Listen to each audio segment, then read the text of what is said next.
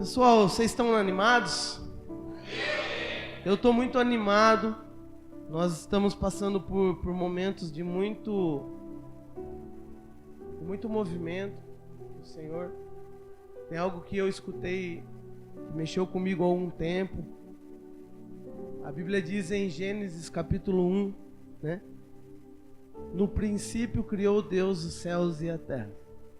A terra era sem forma e vazia. E o Espírito de Deus pairava sobre as águas, né? Sobre a face do abismo. A terra não tinha forma e a terra era vazia. Mas o Espírito de Deus já estava se movimentando. Isso mudou minha ótica, mudou minha maneira de entender as coisas. E eu quero dizer quero ajudá-los também nesse entendimento. Não procure entender uma forma. Não tente achar um modelo pronto no culto de hoje. Busque entender qual é o movimento que o Espírito está fazendo, amém? Eu acredito que Deus está se movimentando. Deus está nos tocando. Eu acredito que hoje é uma boa noite para que os nossos olhos se abram. Nós precisamos começar a orar para entender o que está acontecendo no reino espiritual. A Bíblia diz que o Espírito Santo intercede por nós com gemidos inexprimíveis. A Bíblia também fala em Romanos que Jesus está à direita do Pai intercedendo por nós. E Jesus, quando estava conosco, também disse: o meu Pai sempre trabalhou e trabalha até hoje. Nós temos um Espírito intercedendo, temos um Cristo intercedendo e temos um Pai trabalhando. Se nós tentarmos olhar e a partir do que nós vemos se movimentar, nós estamos equivocados e vamos para uma direção completamente diferente daquilo que Deus está fazendo. Mas se nós fecharmos os nossos olhos naturais,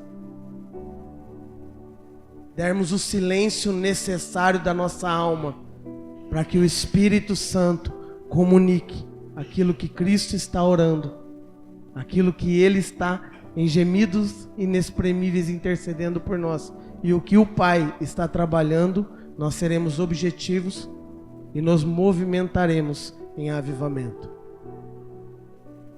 Pode parecer loucura, mas Deus está mexendo com nós.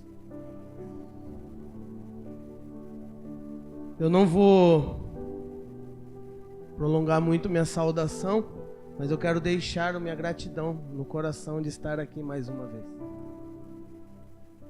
Há alguns anos atrás, eu já sentei por algumas vezes nessa cadeira e não imaginava um dia estar aqui diante dos irmãos, pregando a palavra com a responsabilidade de apacentar uma igreja. Não, isso nunca passou pela minha cabeça, mas não passava mesmo. Mas já estive aí, nessa igreja, nessa comunidade, recebendo do Senhor aquilo que nós precisávamos na época. Eu me lembro que nós saímos daqui, naquela conferência, onde comentei um pouco, a última quinta que estive com vocês. O pastor Ricardo é louco por lá em cima. E nós viemos como uma igreja ainda fria, né, uma igreja batista, muito centrada na palavra, mas ainda fria nos movimentos do Espírito, com muita dificuldade de entender essa natureza relacional entre o Espírito e nós. E aquele dia nós saímos dessa conferência cheios do Espírito Santo. Eu tive uma experiência a qual ainda não tive. Nós saímos, coisa de 2, 3 semanas, nós tivemos um retiro de jovens e eu vi um movimento onde não havia, estava de dia, não precisava de uma luz colorida, não precisou de fumaça no retiro, não precisou de força nenhuma. Mas quando aqueles jovens começaram a fazer os votos deles para Deus, para Jesus, como quem escreve para um noivo no dia da cerimônia, o ambiente foi tomado por uma presença. O adoratório era um campo de futebol da cozinha. O ambiente, sem que eles pudessem entender o que nós estávamos ministrando, toda a cozinha parou pararam de fazer comida aquele dia. E quando nós vimos, estava todas as cozinheiras chorando conosco.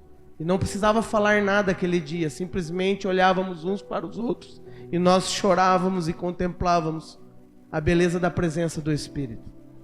E eu creio que aquele dia que nós estávamos aqui, despertou em nós, rompeu em nós esse entendimento, esse toque. Fomos tocados de uma maneira que nós não havíamos sido tocados ainda, né? Tirou de nós alguma coisa aquele dia nessa conferência. E nós podemos ter o privilégio de ecoar isso naquele retiro, né? Obrigado por isso. Hoje eu me encontro no entendimento de que Deus está me dando a oportunidade também de derramar algo que nós estamos vivendo, sentindo e contemplando. Que você possa estar como eu estive aquele dia, apreensivo com aquilo que Deus quer falar com você.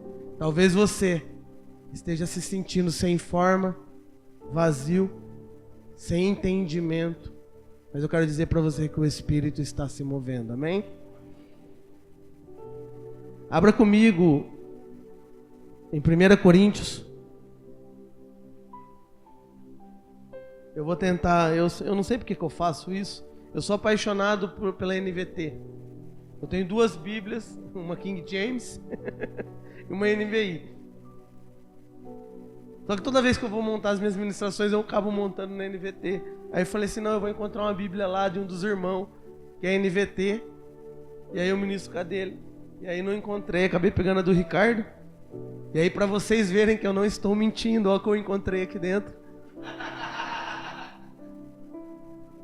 2 lencinhos, meu Deus, me segura hoje. 1 Coríntios, capítulo 5, versículo 16. Vou ler também o 17, talvez não entre nesse entendimento, mas vou lê-lo, tá bom?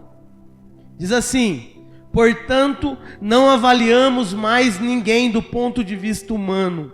Diga assim, não avaliamos mais ninguém do ponto de vista humano.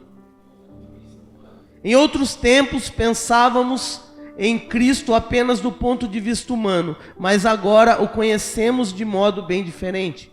Logo, todo aquele que está em Cristo se tornou nova criatura.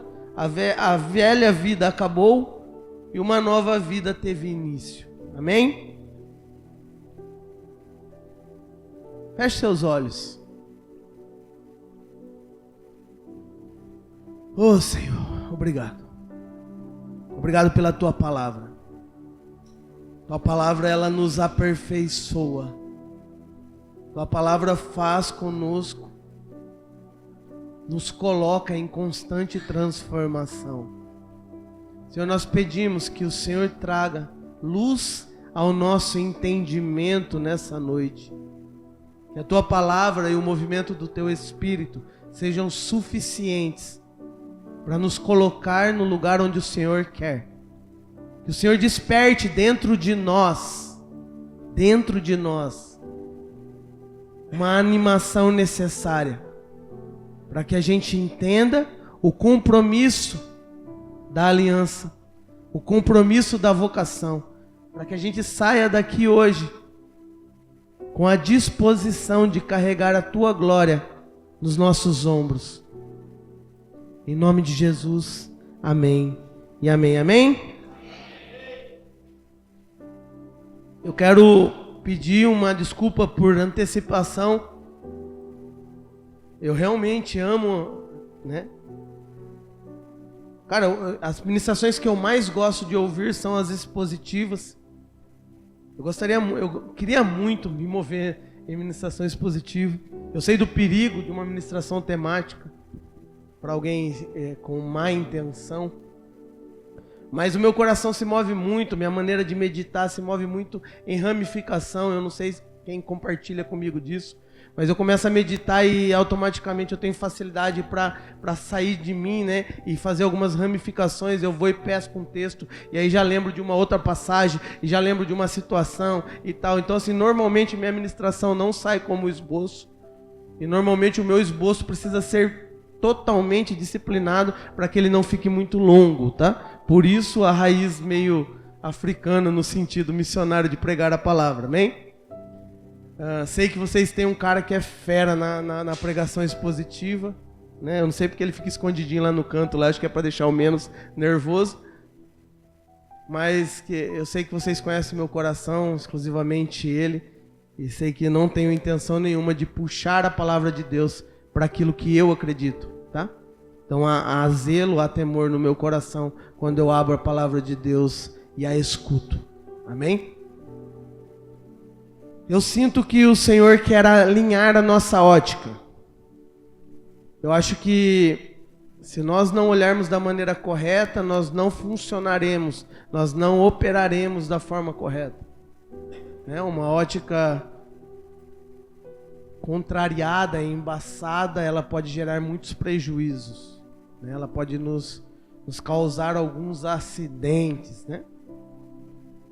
Um dos textos que eu carrego, assim como um texto primícia na minha vida, não precisa abrir, está em Mateus capítulo 6, versículo 22 e 23, que diz assim: os olhos são a lâmpada do nosso corpo. Se nós olhamos e nós vemos o bem, nós nos enchemos do bem. Mas se nós olhamos e vemos o mal, nós nos enchemos do mal. Se você tem visto o mal, de grandes trevas você está se enchendo. Não é simples. A ótica não é algo simples. Deus não nos formatou, não nos criou com olhos sem uma intenção profunda de transformação naquilo que nós somos. Eu acho que ter uma ótica santa, abençoada, divina, é necessário para que a gente possa produzir aqui na terra segundo a vontade daquele que nos criou. Que rebelião mais idiota, e me desculpa a palavra, aquela de que a criação tenta caminhar segundo o seu próprio destino e vontade. Se você ler Romanos 1, você vai entender um pouco do que eu estou falando. Houve um povo que queria tanto viver segundo a sua vontade, que Deus disse: tá bom, eu vou tirar a minha mão. Tudo de promíscuo que nós conhecemos de mal se dá naqueles que estão sem as mãos de Deus sobre eles. Senhor, nós não queremos como igreja caminhar segundo o deleite da nossa vontade. Nós queremos sim ser transformados pelo Teu Espírito, incentivados pelo Teu Espírito, animados por esse Espírito, para que a gente possa viver debaixo da Sua vontade em obediência simples, mas plena. Nós não estamos aqui, Senhor, para negociar com a Sua vontade, porque isso é coisa de criança. Amém? Há uma importância muito grande de conseguir olhar e, à luz daquilo que vemos, conseguir enxergar o bem. Por isso que o texto-chave que eu trouxe é: a ninguém mais nós avaliaremos. Em algumas traduções, a ninguém mais olharemos ou vemos segundo a ótica da carne. Nós temos um senso de justiça que carregamos através do nosso olhar. Nós achamos, e cara, desculpa se você acha que você não acha, porque todos nós carregamos isso, ok? Nós olhamos as pessoas, olhamos para as situações e nós julgamos, avaliamos aquilo que estamos vendo ser bom ou ser mal. Quero dizer para você que não é divino o senso de justiça, porque justo somente Deus. E eu quero te apresentar a natureza do julgamento que seus olhos carregam. A Bíblia diz que em Gênesis capítulo 3, talvez finalzinho do 2, mas acho que é 3 mesmo. Adão e Eva tinham tudo à sua disposição, tinham relação com Deus, podiam usufruir de tudo que estava no jardim. Carregavam consigo alguns trabalhos, como cultivar, proteger o jardim, se multiplicar na relação. Mas eles tinham uma ordenança: não comer da árvore do meio do jardim. E essa árvore carregava um nome: a árvore do conhecimento do bem e do mal. Quando Eva, incentivada pela serpente, se debruçou a sua própria vontade e desejo,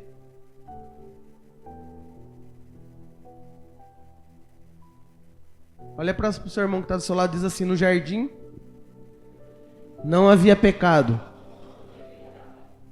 mas já havia tentação. Não importa o nível da sua santidade ou o quanto você tem se disciplinado em uma vida de santidade, você nunca escapará de ser tentado. Até Jesus, sendo Jesus, no auge do seu jejum, tinha o diabo tentando ele nas suas necessidades.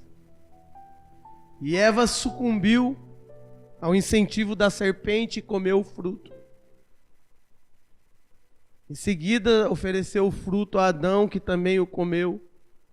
E a Bíblia vai dizer que, Gênesis capítulo 3, versículo 7, naquele momento os seus olhos se abriram e eles perceberam que estavam nus. Por isso, costuraram folhas de figueiras, uma às outras para se cobrirem. Eles comeram o fruto do conhecimento do bem e do mal, e naquele mesmo momento os seus olhos se abriram. Os olhos deles então eram fechados. Que antes fosse. Os olhos do julgamento. Os olhos que nos dá a condição de olhar e julgar ser bom ou mal aquilo que estamos vendo, aquilo que está diante de nós. Isso fica bem claro com a chegada de Deus no jardim, quando Deus os questiona, né? Onde estão? E eles vêm até Deus. O que aconteceu? Vocês comeram da árvore do fruto? E ali já há o primeiro julgamento no jardim, né? Foi a mulher que o Senhor me deu.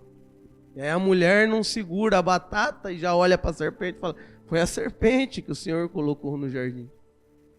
E aí a gente vive debaixo dessa avaliação daquilo que é bom ou ruim, a partir dessa descendência adâmica de alguém que um dia comeu aquilo que não deveria comer e teve seus olhos abertos. A minha oração hoje, antecipando nosso momento de intercessão pós-administração, é que Deus feche nossos olhos novamente e nos coloque na dependência de ser guiado pela sua palavra.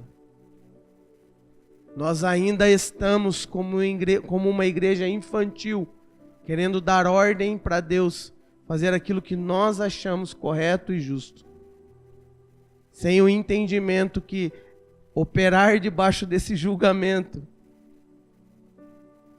é operar debaixo da condição que recebemos quando desobedecemos a Deus.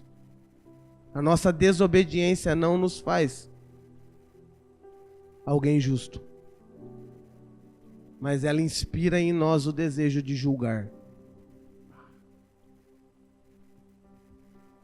A nossa igreja precisa ser curada. A igreja do Senhor precisa ser curada, porque o julgamento adâmico está entre nós o tempo todo.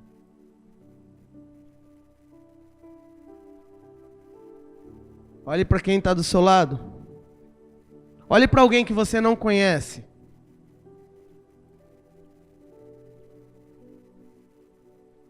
Essa pessoa pode estar numa condição que os olhos do julgamento a colocaram.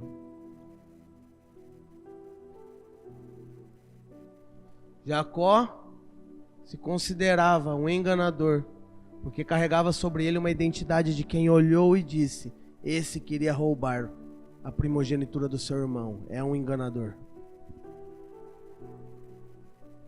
Quantos de nós está caminhando debaixo de uma identidade que o julgamento dos olhos da desobediência colocou sobre nós?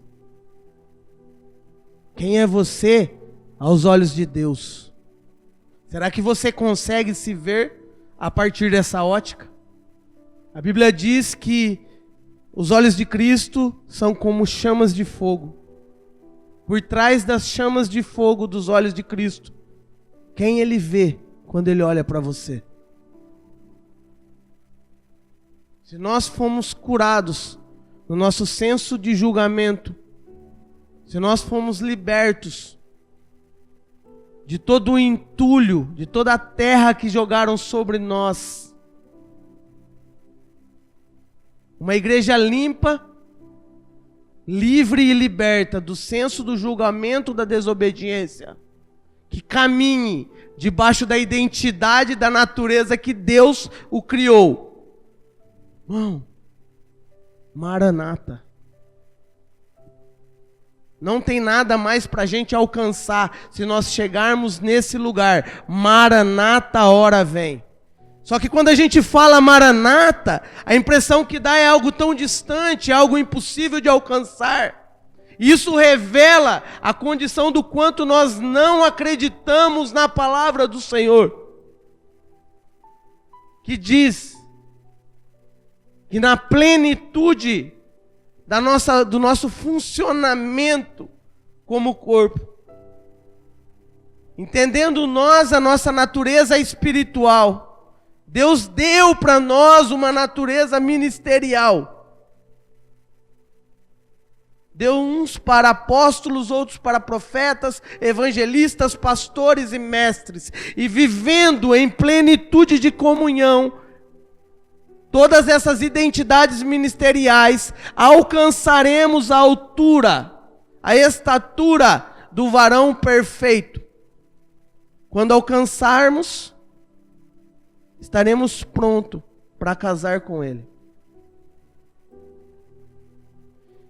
Eu não sei o que você pensa a respeito disso, mas desde a primeira vez que eu entendi isso na minha vida, eu falei, eu vou gastar a minha vida para ser a igreja do final dos tempos.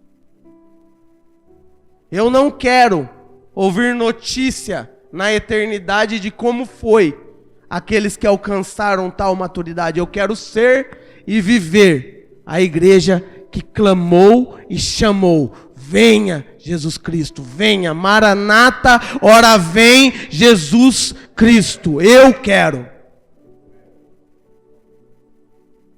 Se você quer, se quando eu falo isso algo queima em você, você precisa ter seus olhos fechados nessa noite, para que os olhos espirituais do Senhor, que nos guia como um sopro, seja aberto nas nossas vidas, em nome de Jesus. Então é óbvio que a visão natural nossa de julgamento e avaliação, ela é de um ser caído, e nós não queremos isso para nós. Nós não podemos conduzir, ser igreja debaixo dessa ótica. Muito menos nós que exercemos liderança. Quantos líderes nós temos aqui que exerça liderança sobre alguém, sobre algum ministério? Levanta a mão. Começa da gente. Começa da gente, porque o seu liderado, aquele que se submeteu debaixo da condição de te ouvir, precisa de alguém que o lidere debaixo dos olhos espirituais do Senhor, para que ele consiga viver e ser quem ele ainda não consegue ver que ele é. Esses dias nós tivemos uma experiência com um dos irmãos da igreja, muito amado, e ele disse: ô pastor, tu dava raiva em mim. Eu vinha contar os meus problemas e você ficava falando de uma outra ótica, como se não estivesse entendendo o que eu estou falando. Cara, você não está na minha pele para sentir o que eu estou sentindo, para querer dar uma direção sem ter o sentimento que eu estou e vivendo o que eu estou vivendo. E eu disse para ele assim, irmão, se for para mim falar a mesma coisa que você já está falando para você mesmo, você não precisa de mim. Se for para mim ser os mesmos olhos que você já está sendo, a seu próprio respeito, que está te afundando, que está se julgando, que está se culpando, você não precisa de mim. Eu preciso ver o que você não está vendo. E não é porque eu não tenho empatia com a sua situação, não é porque eu não respeito a sua luta, não é porque eu não concordo e não respeito o seu sofrimento. Pelo contrário, é porque eu sou alguém que aprendeu a dar glória a Deus porque você está em sofrimento. Porque se não tiver sofrimento na sua vida, você nunca será aperfeiçoado. Nós somos maduros, nós amadurecemos a partir das tribulações. Romanos 5 fala sobre isso. Que nós deveríamos dar glória ao Senhor de poder. Isso é um privilégio, ser participantes dos sofrimentos de Cristo Jesus. Quem é que ama ser tocado pelo Espírito? Levanta a mão. A palavra de Deus disse, Jesus disse... que o Espírito de Deus foi derramado sobre nós para nos dar poder, para a gente ser testemunha. No original a palavra é mártir. Se tem um objetivo específico do Espírito na nossa vida, é nos dar poder para que a gente sofra os sofrimentos de Cristo e para que a gente morra, gaste uma vida em prol de uma missão, que é o Evangelho do Senhor. Senão não faz sentido. O Espírito Santo não veio para fazer você dançar bonito, para você pular, para você rodar, para você gritar, para você falar em línguas diferentes, ainda que tudo isso caiba. Mas o objetivo principal é que você entenda e tenha força, poder, determinação para gastar a sua vida em nome de um reino e de uma missão.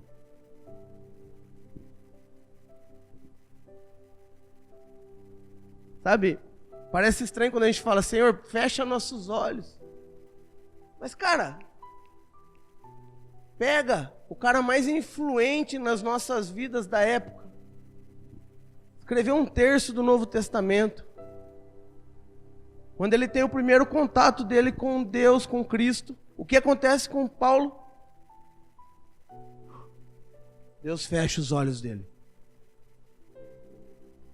3 dias sem ver, ainda que, para mim, foi os 3 dias que Paulo mais viu em toda a sua vida.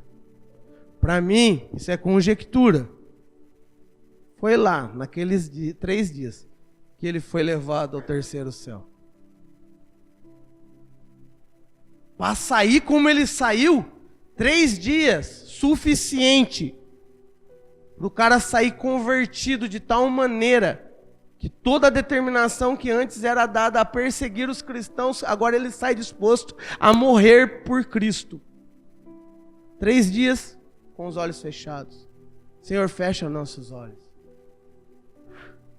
Fecha nossos olhos para a gente entender o que a gente não consegue por conta da comunicação que os olhos naturais nossos traz todo momento para o nosso coração.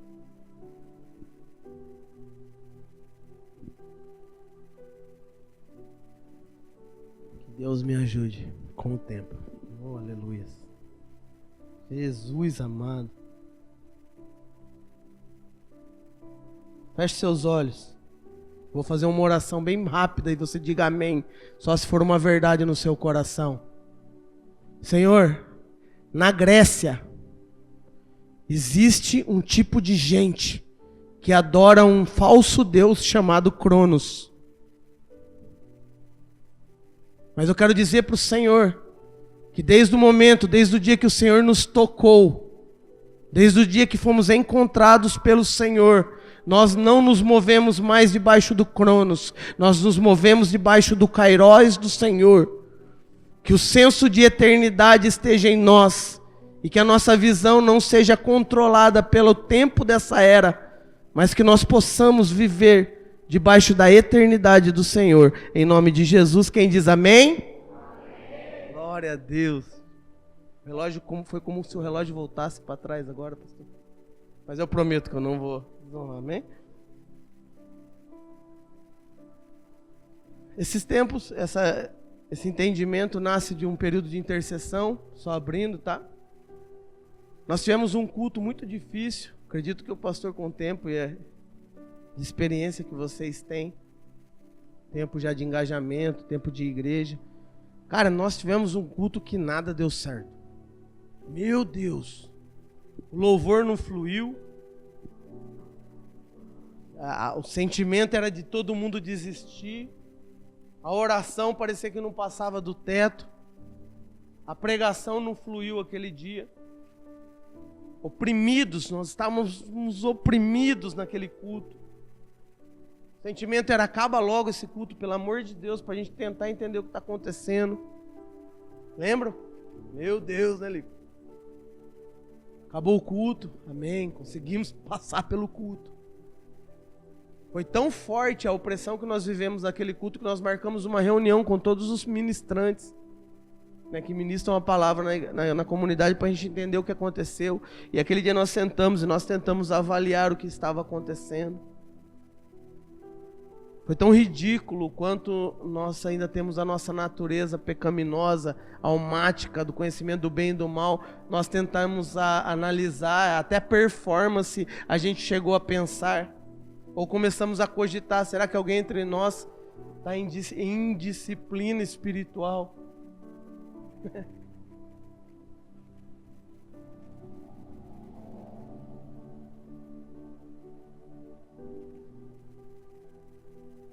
Nós precisamos parar de ver a performance nas pessoas. Nós estamos escolhendo pela habilidade. O que chama a nossa atenção é o quanto as pessoas se desenvolvem, o quanto elas são habilidosas, né? Nós vimos, como o Eliseu falou, nós começamos com uma caixinha de som, né? E foi bons tempos esse, porque eu também era ministrante de louvor nessa época. Era só uma caixinha, então eu cuidava tinha vez que eu conduzia o louvor, punha lá o som, operava ali na intercessão, e depois que começou a chegar os músicos, nunca mais deixaram eu participar do louvor. Ainda que a foto que vocês colocaram na arte, não tem quem não diga que eu não sou um cantor naquela foto, né? Segundo o Ricardo, eu tô parecendo o Anjo, né? Como que era o nome dele? Robson. Misericórdia. Amém, não, um bom irmão. E aí a gente passou alguns dias e Deus começou a ministrar muito no meu coração a respeito daquele culto, e principalmente em como nós estávamos errando, tentando avaliar com os olhos naturais aquilo que havia acontecido. Eu me lembro até um dia, gente, sério, teve um dia no comecinho, né? A gente sempre começa e o pastor vai dando oportunidades para nós.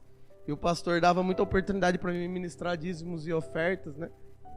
E um dia eu fui, não sei, eu estava tão empolgado esse dia, eu não sei porque aconteceu aquilo lá. Obviamente que eu creio que Deus tinha um propósito naquilo. E na hora que nós falamos assim: venha, traga sua semente ao gasofilácio, né? Venha, traga seu dízimo, sua oferta ao gasofilácio. Eu falei assim: venha, traga o seu dinheiro aqui. E o povo arregalou os olhos desse tamanho, eu não sabia mais o que fazer, não tinha mais como controlar. Tinha umas 200 pessoas nesse culto, era uma época de um grande movimento que estava tendo na igreja. E, cara, eu saí travado de lá. Aí falei com o pastor Serginho, não, filho, fica de boa, é o que Deus queria mesmo. Aí fui pro meu pastor falar com ele, filho, precisa treinar mais, viu? Ir no espelho, fazer um pouquinho no espelho, né? Para não errar aqui na frente dos outros, né? Oh, Deus. Não que a gente não precise, tá, se capacitar. Eu sou alguém que constantemente estou estudando. Ou eu tenho um livro, eu sempre tenho um livro que eu estou lendo, eu sempre estou engajado em algum curso, ouvindo alguém com a intenção de aprender sobre um assunto específico o tempo todo, tá? Eu acho que nós não podemos parar de se aperfeiçoar. Mas, cara, a performance não é a performance.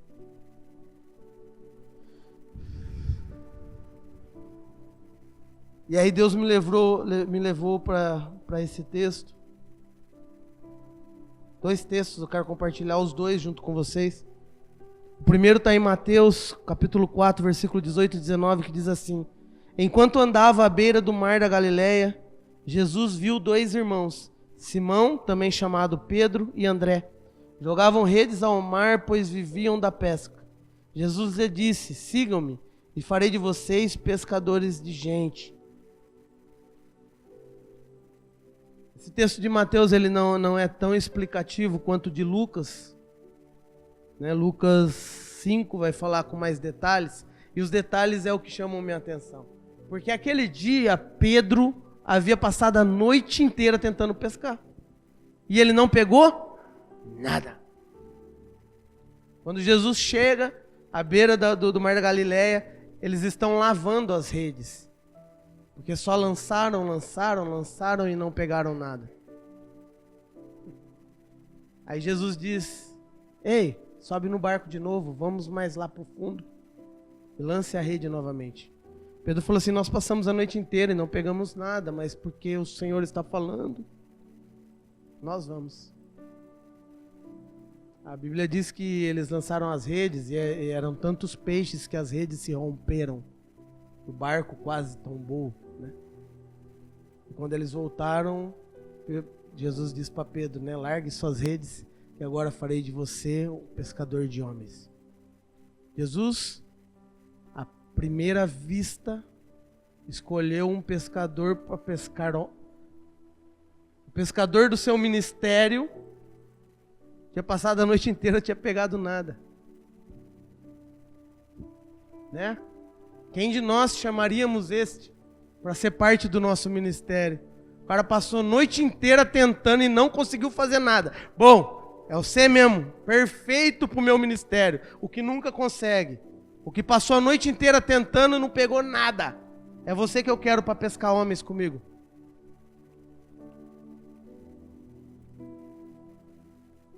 Mas antes Jesus fala para ele: vamos mais uma vez. Não acredito, aqui nós não temos a explicação que ele teve uma revelação do Pai que ele era o Cristo, mas ele sabia que Jesus era um rabino. Acredito pela honra, de quem Jesus era, ele falou: vou, porque você está me dizendo. E ele tem uma grande pesca. Não é o quanto eu me dou bem na minha habilidade, não é o quanto eu sou habilidoso naquilo que eu faço, mas é o quanto eu obedeço a direção que Jesus me dá. Isso faz de mim um homem ou uma mulher de sucesso no meu ministério. A obediência, ainda que não compreendida, não faz sentido. A gente pescou a noite toda, não pegamos nada.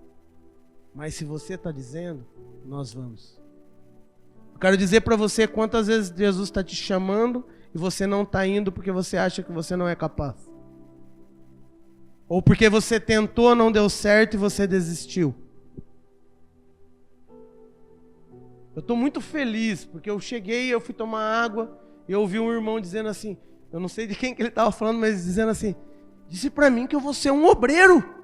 E eu, uau, é disso que eu quero falar hoje. O que os nossos olhos estão vendo quando nós olhamos uns para os outros? Nós sabemos que a nossa boca é geracional, que há poder naquilo que nós falamos, mas o que os nossos olhos estão vendo? O que Jesus viu quando olhou para aquele homem que passou a noite toda e não pescou nada, a ponto de falar, é esse que eu quero. Nós sabemos que lá na frente ele vai falar, cuida das minhas ovelhas, toma a frente, seja o meu líder. Você, que o dia que eu te conheci, não pegava nada.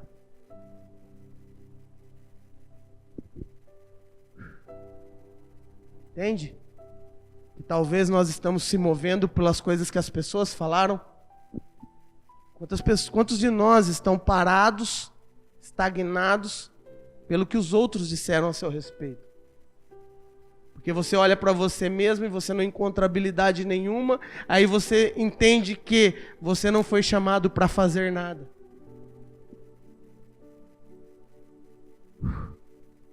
Cara, isso mexe comigo.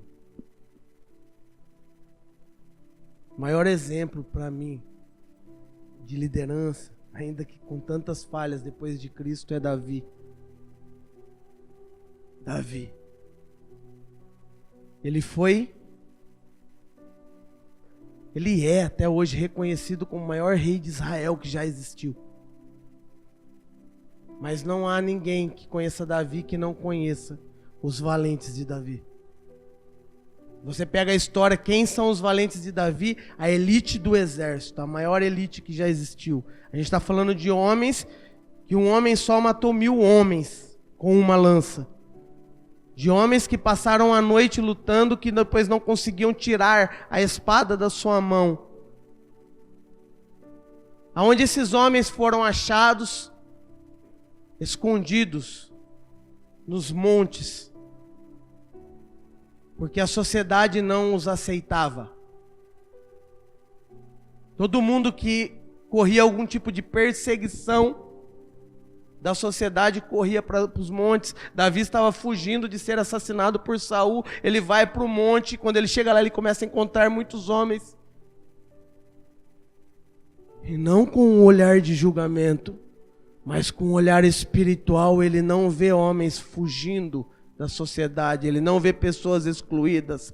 Davi não os excluiu. Davi olhou e viu uma grande oportunidade de montar um exército, o maior exército de todos os tempos.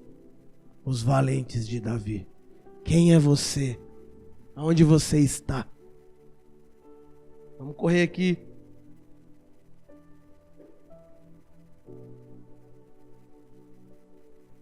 Nós começamos a orar depois daquele culto. Senhor, nos ajuda a entender. Nos dê ousadia, nos dê autoridade.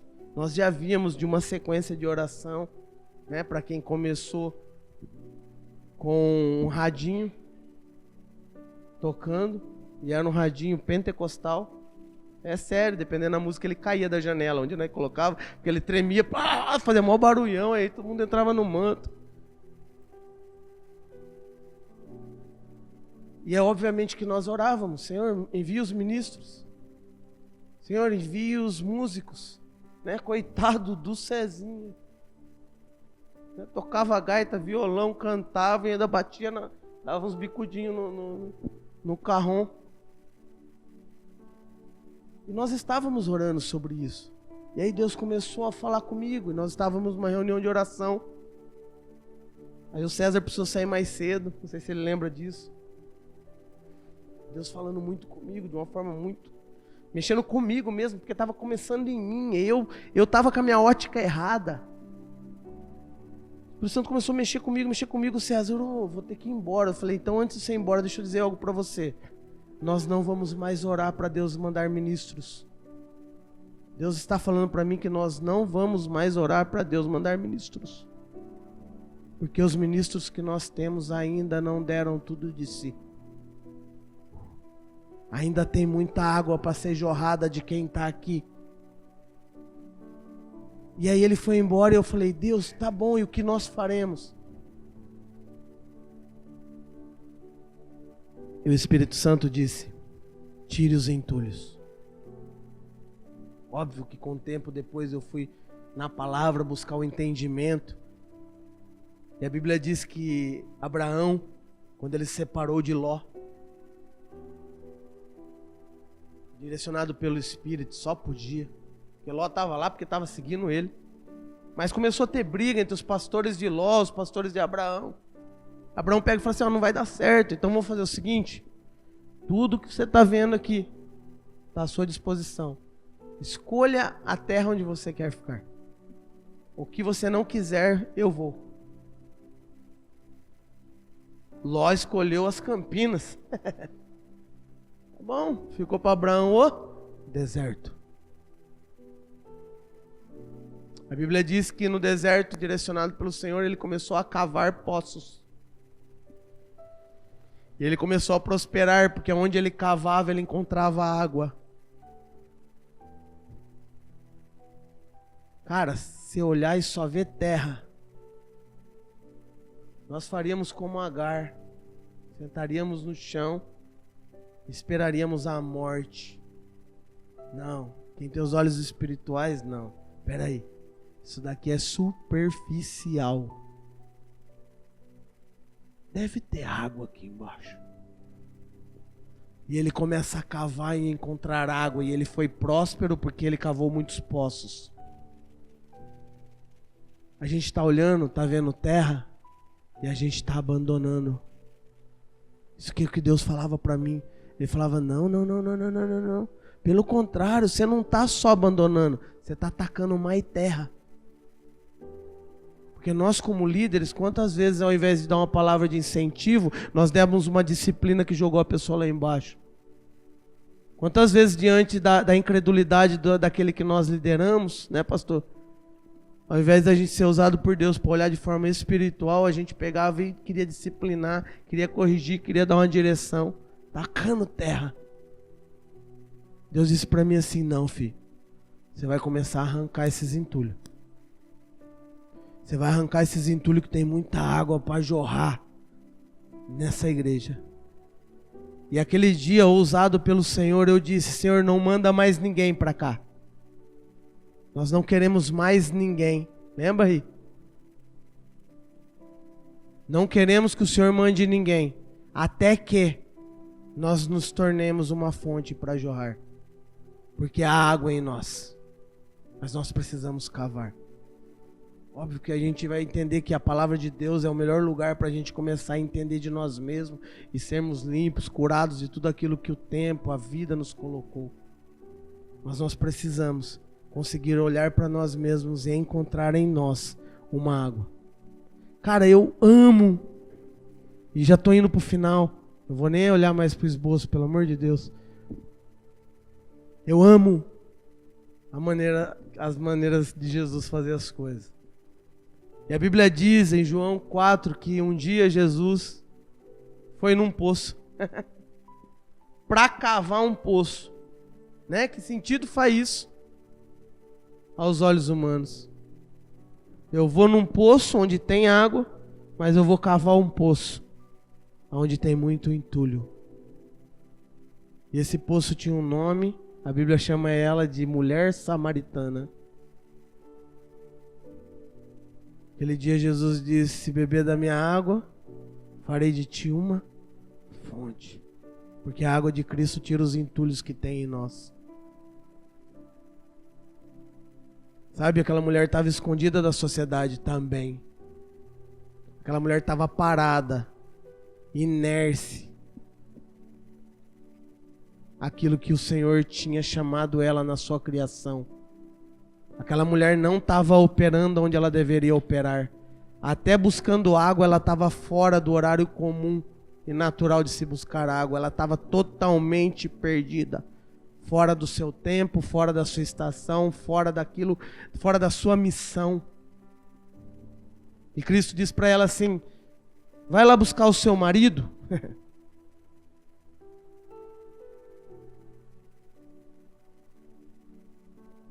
Vai buscar o seu marido.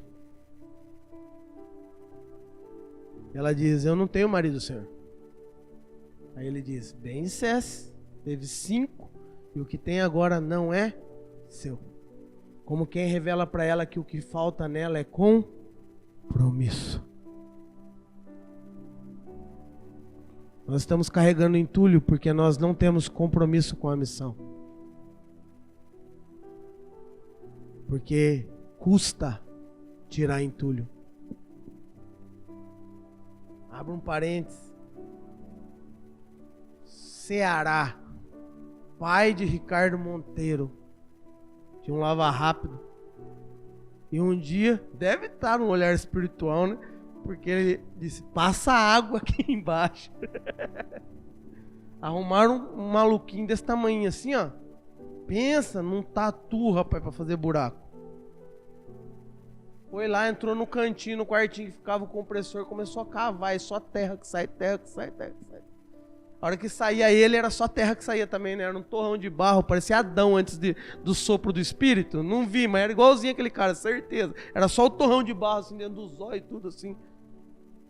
Dias. Cavando. Até que, cara, o cara achou água. Sabe, dá trabalho, dá, mas tem água. Só que precisa ter compromisso para encontrar água. Cadê? Chama lá seu marido. Cadê o seu compromisso? Cadê a sua aliança? Não tem? Então aceita a minha aliança, beba da minha água, porque eu vou fazer de você uma fonte. Aquela mulher que foi buscar água para molhar a terra seca que ela carregava nela, largou o cântaro, nem sede tinha mais aquela mulher, e saiu por aquela cidade como uma fonte que jorrava, alimentando a sede de todo mundo daquela cidade. Antes ela tinha vergonha da cidade, agora ela é a fonte que a cidade precisa. Quem é você? Quem você quer ser? Você vai ficar até quando buscando água para umedecer a terra seca? Vai umedecer o entulho que estão lançando sobre a sua vida, sobre a sua cabeça, sobre o seu entendimento. Até quando você vai operar debaixo das palavras de maldição que lançaram contra você, dizendo que você não era ninguém, que você não prosperaria, que você era um burro, que você não tinha habilidade nenhuma? Até quando você vai ficar molhando os seus entulhos? Está na hora da gente se aliançar com o Senhor, como quem tem o compromisso de cavar, até que dentro de você encontre água que flua como um rio.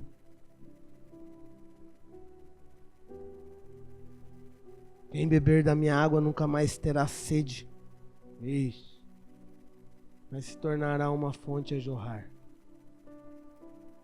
Uma aliança que gera um compromisso. Compromisso de missão.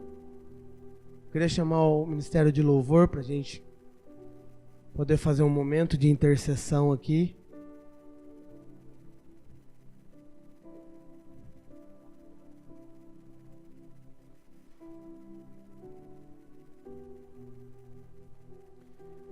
Eu tive um sonho uma vez, e eu sonhei com uma entidade que carregava o mesmo nível de opressão que nós conhecemos naquele culto. Eu sonhei que eu estava escrevendo um livro. Eu jurava que eu ia escrever um livro quando eu era mais. Eu escrevi, no sonho eu escrevi. No outro sonho, eu comecei nesse sonho, no outro eu termino o livro. E aí Deus mostra pra mim que não era pra me escrever livro. Olha que Deus lindo. Depois que eu terminei. Eu sonhei esse dia que eu estava no computador escrevendo um livro sobre depressão. No quarto do meu irmão, na cama de solteiro, quando eu olho na imagem do notebook, eu vejo um demônio do meu lado. Eu sou tomado de uma força que não é minha, de uma autoridade que não é minha. Eu viro e começo a interceder, repreendendo aquele demônio, e aquele demônio se dilui. Eu assustado, quero sair do quarto. Quando eu saio do quarto, eu tenho um gato endemoniado na frente da porta do quarto. Eu podia ter orado de longe? Podia, mas eu ainda era imaturo. Eu quis pôr a mão no gato. E aí começou a me arranhar e sangrava meu braço enquanto eu intercedia. Mas o gato também parou como quem se dilui. E aí eu disse, uau, tô machucado, mas eu venci. E eu viro. Quando eu viro, tem um homem com um sobretudo marrom, um chapéu marrom, bem branco, os cabelinhos meio arrepiados para fora do chapéu, olhando para mim. O olho dele era muito branco, só com uma aliança dourada no olho. E eu estava cheio de autoridade, né? Já tinha expulsado 2 demônios. Estendi a mão. Está repreendido em nome de Jesus. Qual era o movimento dele? Nenhum. Eu comecei a gritar, falar em línguas. E ele não se movimentava. Eu comecei a ser tomado de uma opressão. E eu comecei a baixar. Quando eu estava quase prostrado, eu pus a mão no meu coração e fechei os meus olhos. E disse, Senhor, me ajuda. E um clarão veio. Eu abri meus olhos e ele não estava mais lá. Nós precisamos fechar os nossos olhos para que o Senhor opere através de nós, nós precisamos fechar os olhos do conhecimento do bem e do mal. Fique de pé, igreja.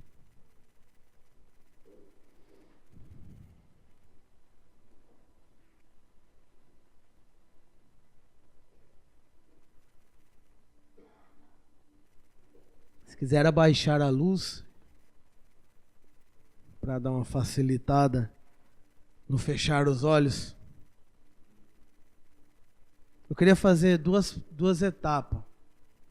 Enquanto o louvor vai tocar, eu quero fazer 2 etapas de ministração.